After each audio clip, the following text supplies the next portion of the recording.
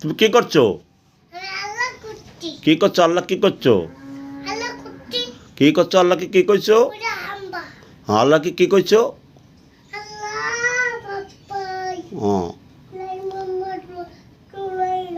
কাকে হেফাজত করবে? কাকে হেফাজত করবে? শেখ হাসিনাকে। তো বলো আমিন। মৃত্যু দেয়। আল্লাহ হেফাজত করো। আল্লাহ হেফাজত করো। আল্লাহুম্মা আমিন। আল্লাহুম্মা আমিন। আল্লাহ আল্লাহুম্মা আমিন। হ্যাঁ, কবুল করো।